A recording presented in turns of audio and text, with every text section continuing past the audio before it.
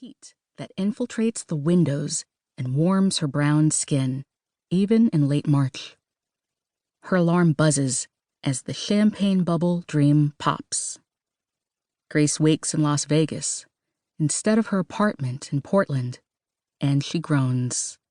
She's still in last night's clothes, ripped high-waisted jeans, and a cropped white bride t-shirt she didn't pack. The bed is warm, which isn't surprising. But as Grace moves, shifts, and tries to remember how to work her limbs, she notices it's a different kind of warm. The bed, the covers, the smooth cotton pillowcase beside her is body warm, sleep warm. The hotel bed smells like sea salt and spell herbs, the kind people cut up and put in tea, in bottles, soaking into oil and sealed with a little chant. It smells like kitchen magic. She finds the will to roll over into the warm patch. Her memories begin to trickle in from the night before, like a movie in rewind.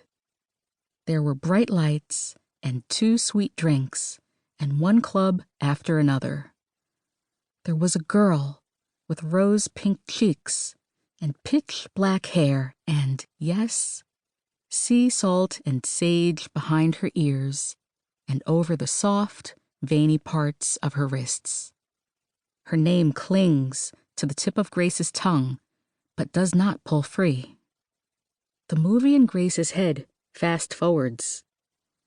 The girl's hand stayed clutched in hers for the rest of the night. Her mouth was pretty pink. She clung to Grace's elbow and whispered, "Stay with me," when Agnes and Jimena decided to go back to the hotel. "Stay with me," she said. And Grace did. "Follow me," she said, like Grace was used to doing. "Follow your alarm. Follow your schedule. Follow your rubric. Follow your graduation plan.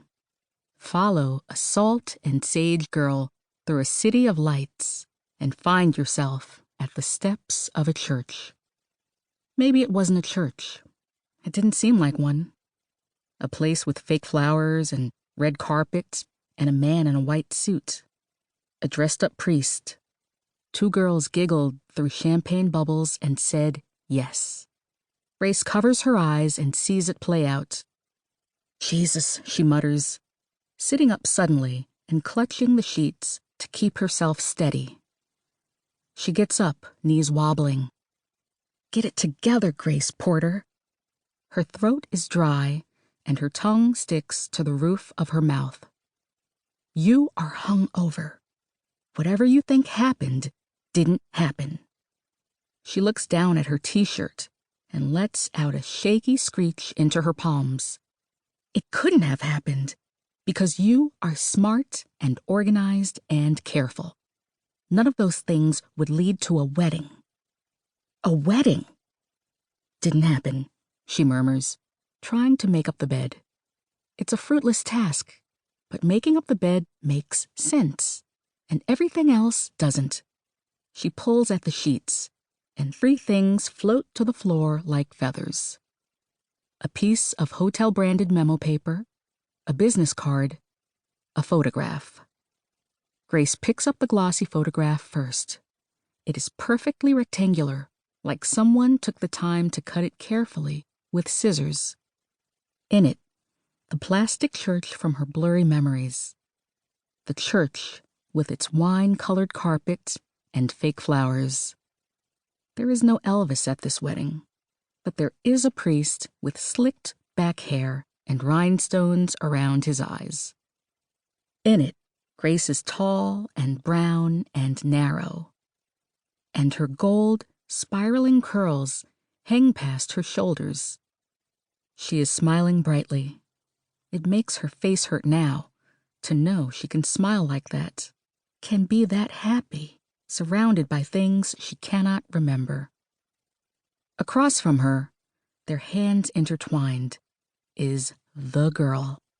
In the picture, her cheeks are just as rose pink.